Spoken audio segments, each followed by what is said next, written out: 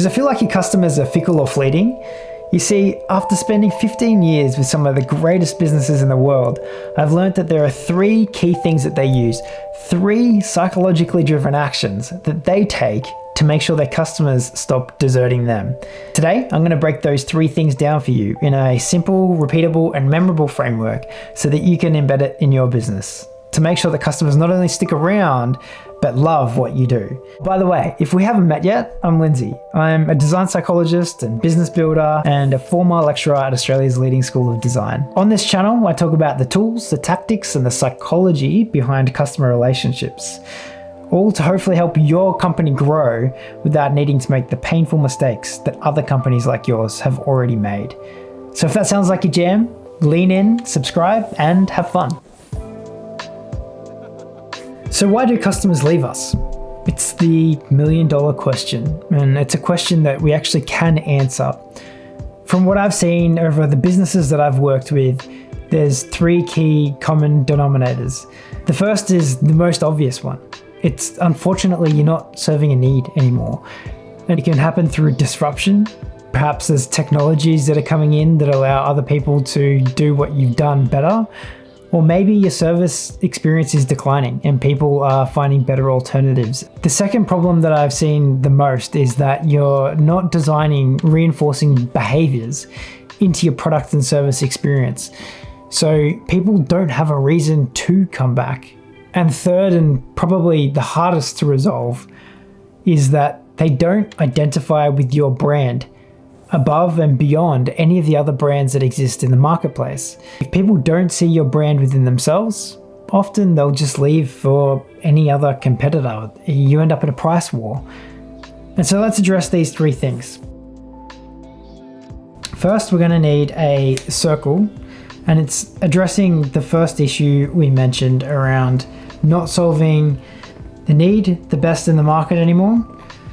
Now, a need is talking to the actual problem a person has that they're coming to the marketplace to solve. With this need, you're offering functional value to these people in order for them to get over the problem that they've got, right? It's a transactional relationship because they've got something that they need resolved and you have the ability to resolve it, and therefore you have a business. If you're mature in this spot, you're probably making money right now, but you don't have loyalty yet. And that's a key distinction. So to build loyalty, you need to take another step. The next step, and we're going to draw it out in this diagram as a Venn diagram here, behavior. The amazing thing about behavior is we can actually cater for it. We can understand it and we can design for behavior. So if you're in a position where you've got a business and you've got a really good need, and you have solved that in a way that is meaningful to your customer, you can start to engineer in interactions across your service experience that make sure people are re-engaging with your company.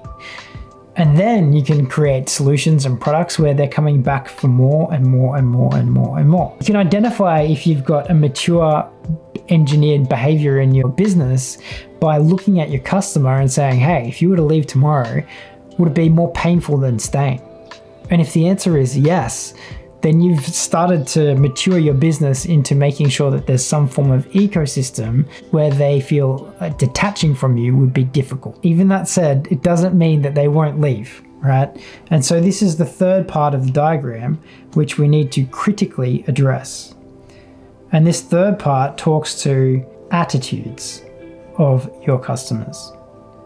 And so the attitudes of your customers are catered for by understanding the beliefs and the values that they possess. If you're able to evoke a deep emotional desire in your customer's mental frame, then they'll likely have an attachment to you. What we're aiming for here is to connect your brand, your products, your experiences to the belief and the view of the world that they have, so that when they use the things that you offer them, they see it as taking them closer to the vision of the world that they want to live in.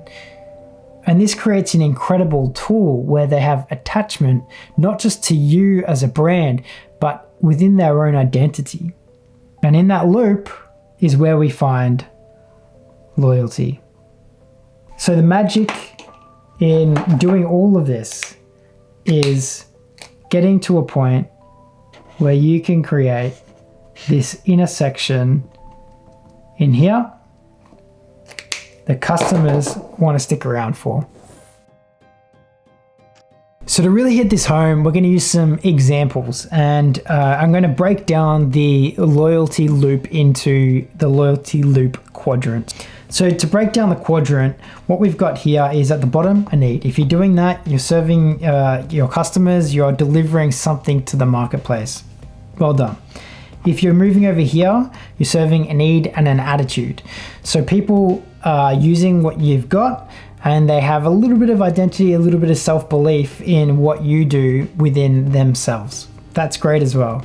Then up here, you've got a need and a behavior. So in the need and behavior space, you have delivered on a solution that they actually need, and you've got them coming back on a regular basis because you're constantly engaging with them. And where we really want to be aiming for is, again, the center of that Venn diagram is in the middle where loyalty happens, and there's a loop, and that's where you've got a need, a behavior, and an attitude. So any great business that's going to have the best chance of survival into the future and making it easiest for themselves to be able to run a successful business is going to be going up here. So the first case study we're going to use is this company called Yahoo. You may or may not be familiar with it. Back when the internet was just a young little thing, people didn't really know how to use it in their home.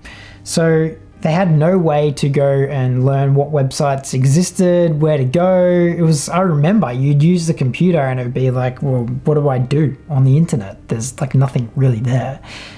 Yahoo solved that problem. They came out and said, well, there's a need. We've got the solution. We will build a thing that crawls the internet and pulls out all the different websites and put it together in this thing called a search engine. And they did it better than just about anyone else at that point in time. There were competitors, Ask Jeeves and some other ones, but they weren't used as much as Yahoo. Yahoo then did something really interesting. They said, well, it's one thing to have a search engine, but I think we can lock people in here. And Yahoo did something that they probably believed was moving into the space of serving a behavior as well as a need. What they did was they started to offer a news site as the homepage as a part of the search engine. So now no longer was it a random thing to come on and check out what to search for on the internet. What they were doing was moving towards a position where people would check on it daily, which is a great idea. However, when a new person came into the market, or a new company, I should say, came into the market called Google, they immediately did the same thing in serving a need. And in fact, they built a better algorithm than Yahoo. But so what? Yahoo already had people coming back regularly, right? Not a big problem. But as Google moved up the chart, they also started to build in other service propositions. Real behavioral lock-ins. They started to build Gmail, Calendar, all of the G Suite eventually. And what that did was it created an ecosystem. And it was pretty plain to see that what Yahoo had was not just an ecosystem. It wasn't that at all. What Yahoo had was more of a habit. It was something that they hoped people would come back for. Their mail service was inadequate. Their search was inadequate. Checking the weather and the news was now not really that important. And the result was that Yahoo tumbled down from a 33% market share to 3% today. Google locked in search. They won that market. And they locked it in because they were able to create an ecosystem where people came back again and again and again. Now, just about all of us have some sort of relationship with Google. We are engaged with that company. A much smaller percentage have a relationship with Yahoo. But that game's actually not over. In fact, it might just be starting because a new search engine has emerged.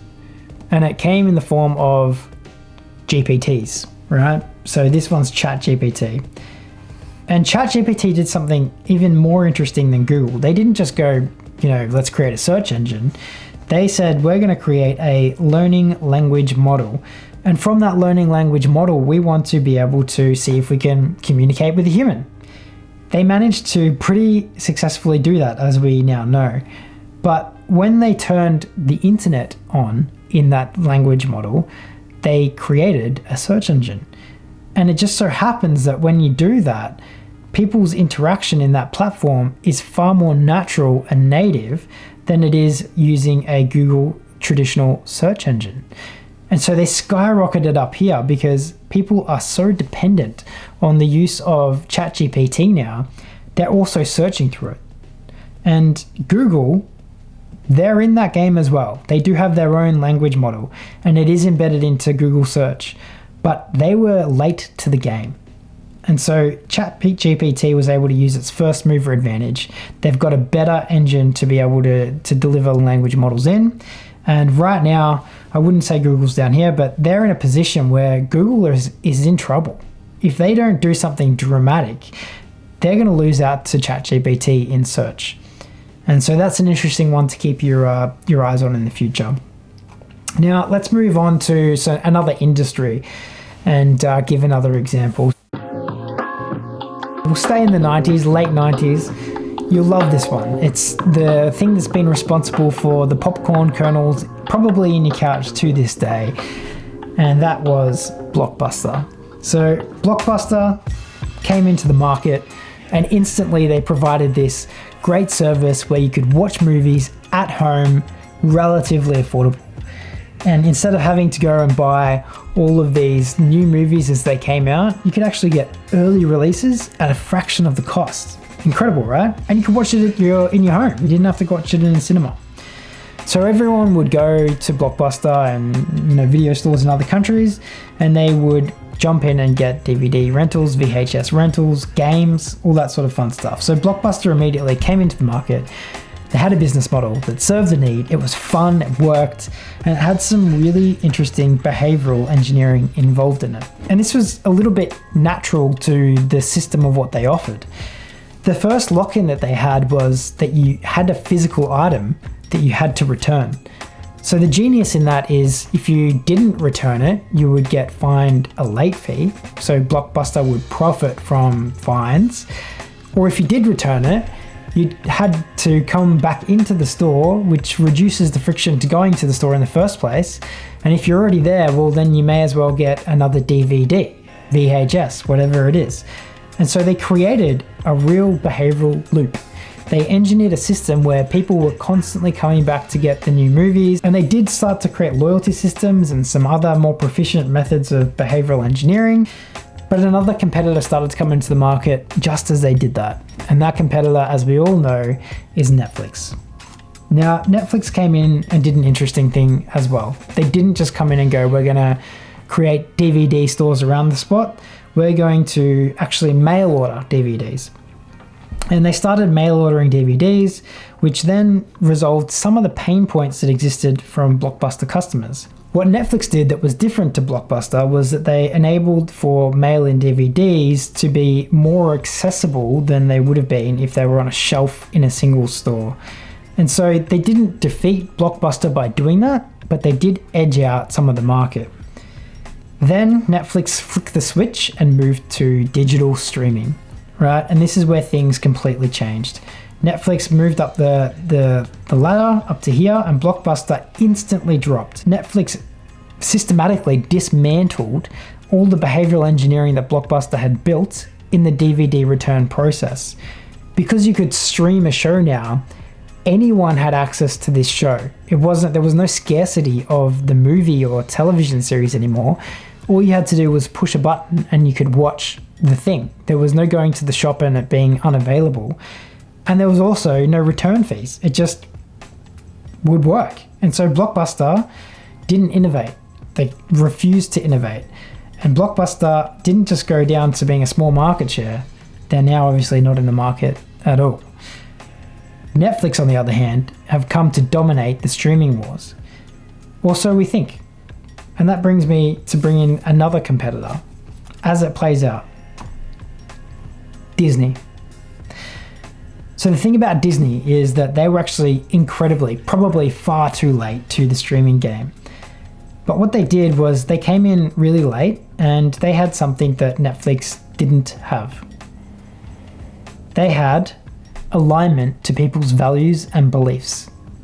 Not necessarily as a company ethos, but because they had 100 years of intellectual property, of storytelling that parents had told their children that they'd grown up with. There was nostalgia in these stories like the Cinderella, Snow White, every Pixar film now, every Marvel film. They've bought everything you could imagine from your childhood, Disney basically owned. So they have intellectual property that is aligned to the belief systems of so many people, so many people's childhoods, that they're really ingrained in our lives. And they don't have the same competitive advantage that Netflix has when it comes to the behavioral engineering built into their service. They don't compete there yet. But slowly, they are engineering their platform to be more engaging and better and better and better. And that only goes up in this direction. Unless Disney have a dramatic fall off in their values, which is obviously not impossible, as they have been failing in that a little bit, it's unlikely they're going to drop all the way down to here and out of the equation. So Disney are a real threat to Netflix, because for Netflix to compete against Disney, they've got to be able to build original content, intellectual property, and have a brand that people see as part of their identity. And unfortunately, right now, that's just not the case. They've started making original series, but Disney have a 100-year head start on them. And there's more streaming platforms than anyone can blink an eye at now, so there's nothing particularly unique about the Netflix brand. So Netflix may be in trouble. That's yet to play out. But it's an interesting example to understand that if you are new in the game, there is actually an advantage in certain circumstances to driving straight to attitude and aligning to your people's belief, and then developing and engineering your behavioral reinforcements if you can afford to do it that way, versus going straight up to behavior and trying to create and engineer methods to get people to come back. So that's the streaming wars. Next, we're going to jump over to one more example. It's these guys, Apple. So Apple do the most incredible thing, right? They do computing, and somehow they've turned computing, one of the most boring industries in the world, into one of the most exciting industries. And they did it not by going up here and meeting people's behavior. They did it by meeting a need. So they started meeting a need by building computers, and it was really a hobbyist machine, but they weren't going to compete with IBM quickly. So what they did, and everyone can remember this, was they created an advertisement where they threw a sledgehammer through a really large screen that had a dictator on it that basically represented the monotony of IBM and the computing world. This catapulted them into the attitudinal space. All of a sudden you had this brand, this boring computer brand that now spoke to the most creative people in the world, that made human spirit a part of computing. It celebrated what people made and what people do. And from that, Apple have been able to dominate the market because they also became incredibly proficient at locking in behavioral and ecosystem advantages. Apple sit up here because they have a belief system that people align to. People get excited when they want to get creative. They go and use Apple products. They've created ecosystems where people use their software, so they need to use their hardware, and there's upgrade cycles. And to use a competitor, if you're an Apple consumer, is to lose part of your identity. And so Apple are the best example at this game of loyalty, and it's more sophisticated, obviously, than it just being good branding and a good logo and that sort of stuff. It goes far deeper into people's psychology. So how do you take action on this stuff? Well, if you've made it this far, then you clearly get it. We're on the same page. Loyalty is critical to the future of your business, my business, all of our businesses.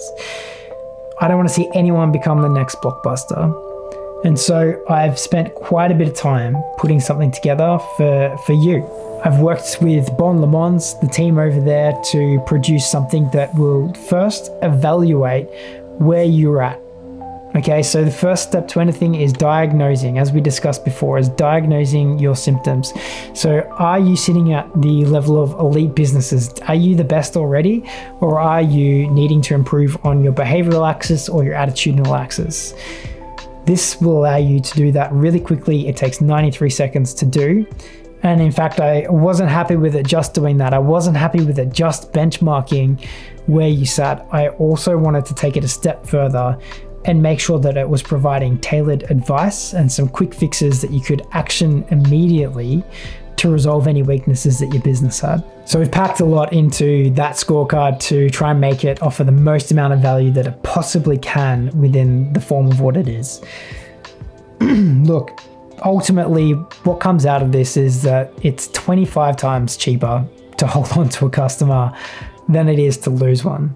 So focus on the things that are going to bring you the greatest efficiencies in your business. And loyalty is one of those things. I appreciate all the things that you're contributing in the world with your business, and I hope to connect with you again soon.